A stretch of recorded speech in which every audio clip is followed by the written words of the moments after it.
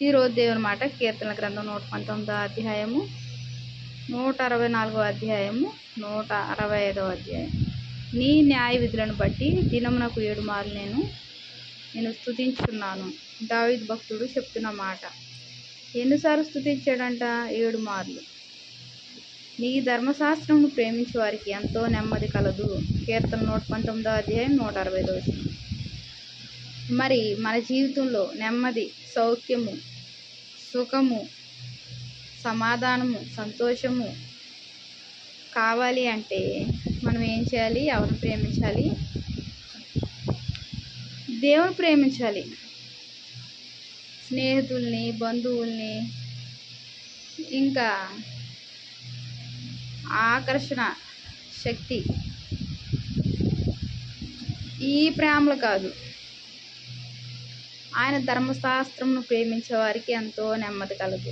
ఎంతో అంట. అది కొద్దిగా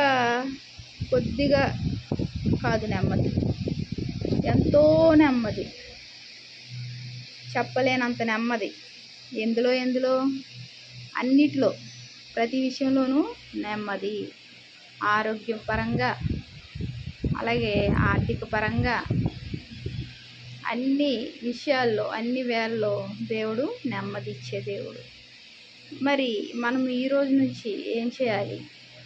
దేవుణ్ణి ప్రేమించే వారంగా ఉండాలి. దేవుని స్తుతించే వారంగా ఉండాలి. భక్తుడు 7 మార్లు స్తుతించాడు. పడుకొని, కూర్చొని, నిలబడి ఆ రకంగా కాదు స్తుతించడం. ఆయన యొక్క పాదాల చెంత మోకరించి మనము స్తుతించే వారంగా ఉండాలి. కొనియాడే వారంగా ఉండాలి. మరి వాక్యం వింటున్న ప్రియమైన దేవుని మాట వింటున్న వాళ్ళారా, మన జీవితంలో నెమ్మది కావాలంటే, మనం ఎంతో నెమ్మదిగా ఉన్నాము అని అనుకుంటూ ఉంటాము. మన ప్రతి ఒక్కరికి ఉండే సమస్యలు ఉంటానే ఉంటాయి. ఇది లోకయాత్ర, యుద్ధంతో కూడిన యాత్ర. యోబు భక్తుడు అంటున్నాడు, ఇది యుద్ధకాలం కాదా? ఈ యొక్క యాత్ర యుద్ధం కాదా అంటున్నాడు. మనం గత సంవత్సరం చెప్పుకున్నాం ఆ వాక్యం. మరి ఈ యొక్క యుద్ధం లాంటి ఈ యొక్క యాత్రలో ఒకరోజు ఆరోగ్యం ఉంటే, మరొక రోజు కాలు నొప్పి రావచ్చు, మరొక అప్పుల సమస్య కావచ్చు, అనారోగ్య సమస్యలే కావచ్చు,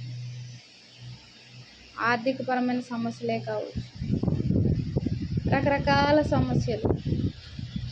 మరి వీటన్నిటిలో మనం నెమ్మది పొందాలి అంటే, ఈ సమస్యలు మన నుంచి దూరం అయిపోవాలి అంటే, పూర్తిగా అవి మనకు కనిపించకుండా ఉండాలి అంటే ఏం చేయమంటున్నాడు దేవుడు? నీ ధర్మశాస్త్రం ప్రేమించే వారికి ఎంతో నెమ్మది కలదు. భక్తుడు యొక్క అనుభవం. ఆయన ధర్మశాస్త్రం ప్రేమించే వారికి ఎంతో నెమ్మది ఇచ్చే దేవుడు ఆయన.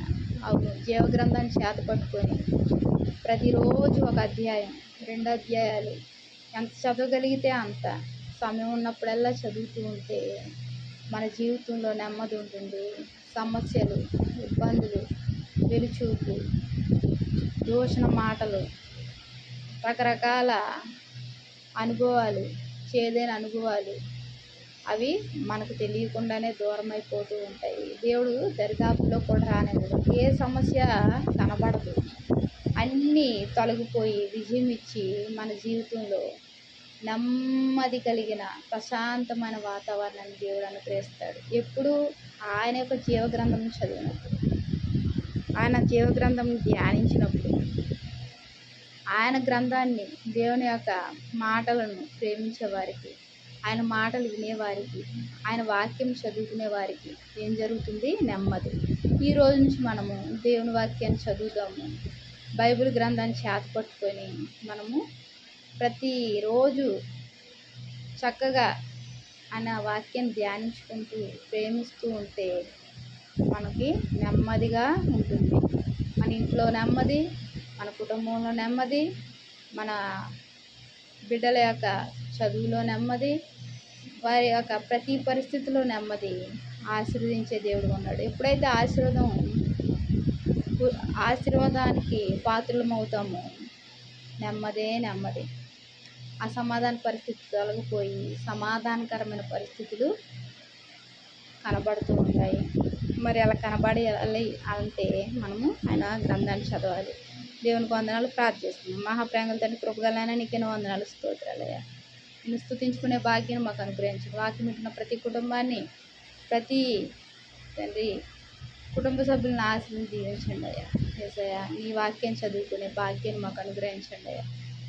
మాకు ప్రభు ఆపకుండా తండ్రి ప్రతిరోజు నీ గ్రంథాన్ని ప్రేమించి, నీ వాక్యమును, నీ ధర్మశాస్త్రమును ప్రేమించే వారికి నెమ్మదన్నావయ్యా. నెమ్మది గల జీవితాన్ని పొందుకునేలాగా మేమందరం నిన్ను ప్రేమించే కృపను మాకు అనుగ్రహించి, నీ వాక్యం చదువుకునే భాగ్యాన్ని మాకు అనుగ్రహించండి ప్రభు. నీకు వందనాలు, స్తోత్రాలు చెల్లించుకుంటే యేసు నామములో వేడుకుంటున్నాను తండ్రి. ఆమేన్. ప్రైజ్.